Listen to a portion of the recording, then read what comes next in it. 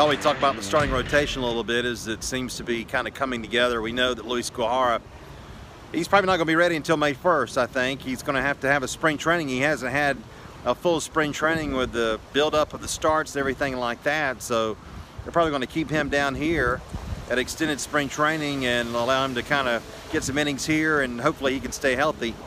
I think staying healthy is going to be the problem for Luis Guajara. We may be finding out why Seattle gave up on this kid, because he had injury problems there.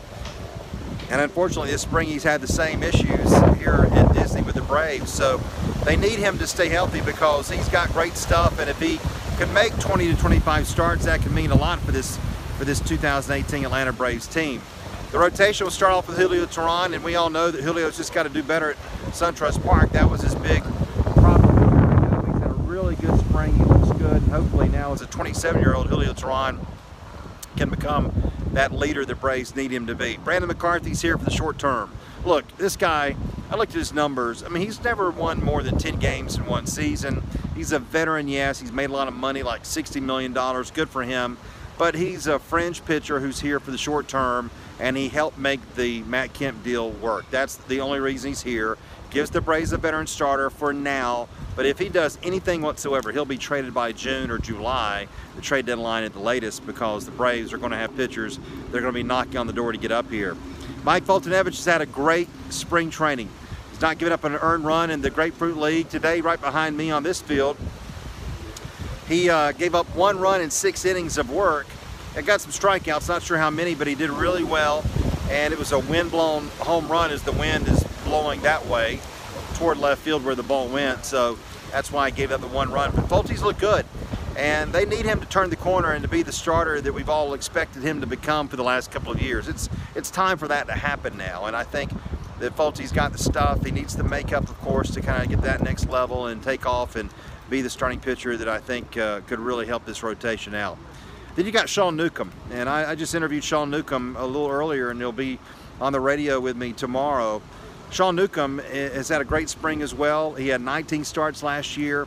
What if Sean Newcomb could go 15-10 or something like that? What if Sean Newcomb could give the Braves 180 innings pitched? What if he could give the Braves 30 starts this year instead of 19 like he did when he came up midway through the season?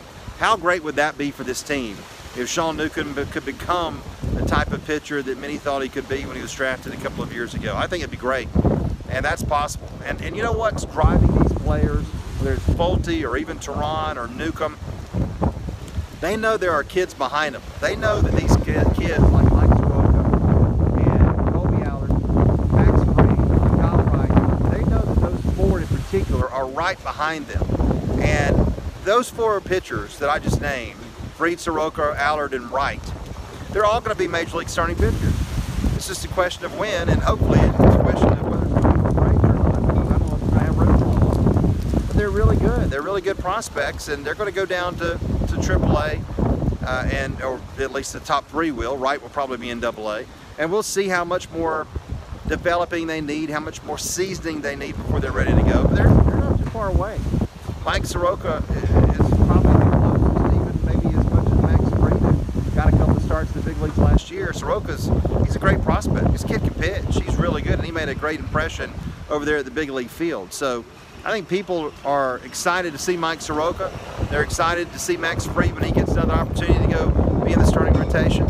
And Colby Allard may be just a step behind him, but not by much. He's really not. Talked to a scout out here the other day, and I said, all right, which one of the 4 do you like?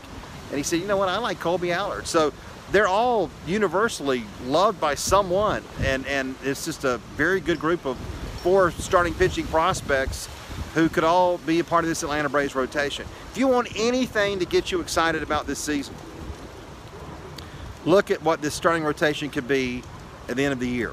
We're all compelled to be excited about what the rotation is going to be to start the season. That's normal. We do it every year. But what is this rotation going to be in August? What's it going to be in September? What's it going to be in the last day of the season? How many young players will be in that, and how many young players will be knocking on the door to where we're going to say, they've got too many starting pitchers? That would be a great problem to have, and it's not out of the realm of possibility with these group of prospects that are really doing well here in spring training and ready to get out to a minor league team. So That's the big thing to watch this year for the rotation.